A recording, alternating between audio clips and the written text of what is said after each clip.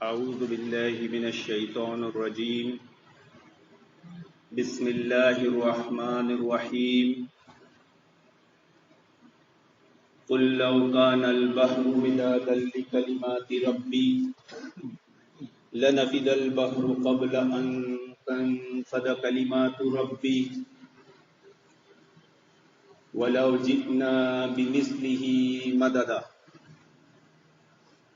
اور آپ فرما دیجئے کہ تمہارے رب کی باتیں، آپ کے رب کی باتیں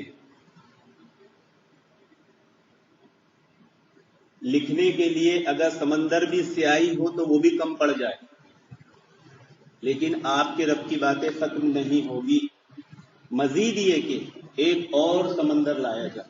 اللہ اکبر. ربنا آتنا فی الدنیا حسنہ، الہی ہمیں دنیا میں بھی بھلائی عطا فرما، وفی الآخرۃ حسنہ، اور آخرت میں بھی بھلائی عطا فرما، وقنا عذاب النار، اور جہنم کے عذاب سے بچا. آمین یا رب العالمین. محترم حاضرین، مصیبت کے ایفیکٹ اور سائیڈ ایفیکٹ دونوں ہوتے ہیں، لیکن معاشرے اور سماج میں اگر جو چیز عام ہے تو ہم صرف سائیڈ ایفیکٹ ہی جانتے ہیں، ایفیکٹ جانتے ہی نہیں. جسے ایک جملے میں اگر بیان کیا جائے کہ سائیڈ ایفیکٹ کیا ہے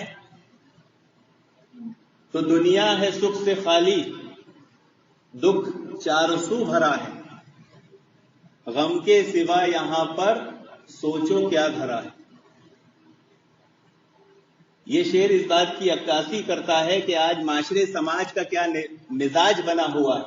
دکھ، درد، غم، مصیبت، پریشانی میں انسان ہلکان ہوا جا رہا ہے.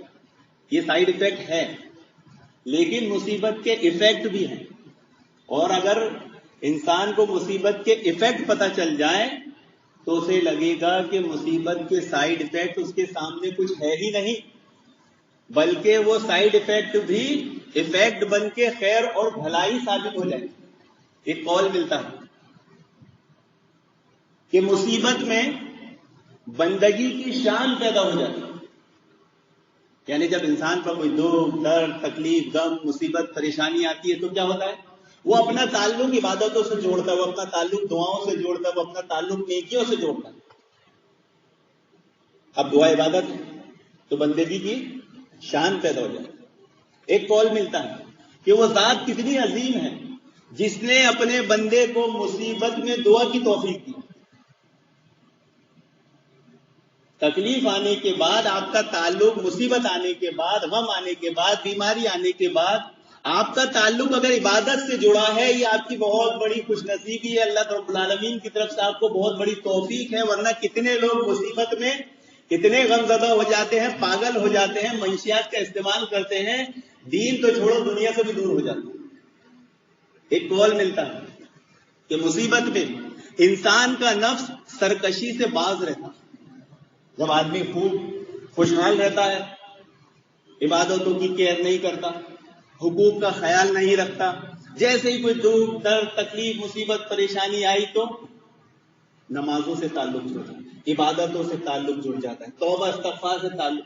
تو یہ مصیبتیں فائدے کی چیز ہے، خیر کی چیز ہے. ہم اس کو سن کے سمجھ کے اپنے آپ کو ہلکان کر بیٹھتے ہیں. ہلکان ہونے کی ضرورت نہیں. ایک قول ملتا ہے کہ مصیبت زدوں سے لوگ ہمدردی رکھتے ہیں، محبت رکھتے ہیں، دعا کرتے ہیں، ان کا ساتھ دیتے ہیں. کتنی بڑی بات ہے، اللہ اکبر. کہ جب ہم پر کوئی دکھ، درد، تکلیف، مصیبت، پریشانی آئی تو صرف اللہ رب العالمین کا ہمارے ساتھ نہیں ہے، بلکہ جو لوگ ہمارے ساتھ نہیں تھے وہ بھی ساتھ آ گئے. ایک قول ملتا ہے کہ مصیبت بڑی بلا کو ٹال دیتی ہے، غلطیوں اور گناہوں کا کفارہ بن جاتی ہے، اور اس پر اجر و ثواب ملتا ہے. کتنی بڑی بات ہے کہ جو تکلیف، دکھ، درد، پریشانی، مصیبت مجھ پر آئی ہے، جس کی وجہ سے میں غمگین ہوں، ہلکان ہوں، رنج و غم میں مبتلا ہوں، اس سے بڑی آ سکتی تھی.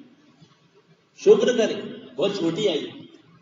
اور مزید فائدہ کہ غلطیوں گناہوں کا کفارہ بن رہی ہے اور اجر و ثواب مل رہا ہے. تو مصیبتوں کے ایفیکٹ دیکھنے کے بعد اگر سائیڈ ایفیکٹ سے آپ رنجیدہ غمگین ہیں تو بالکل مایوس نہ ہو بلکہ خوش ہو جائے اور پر امید ہو جائے.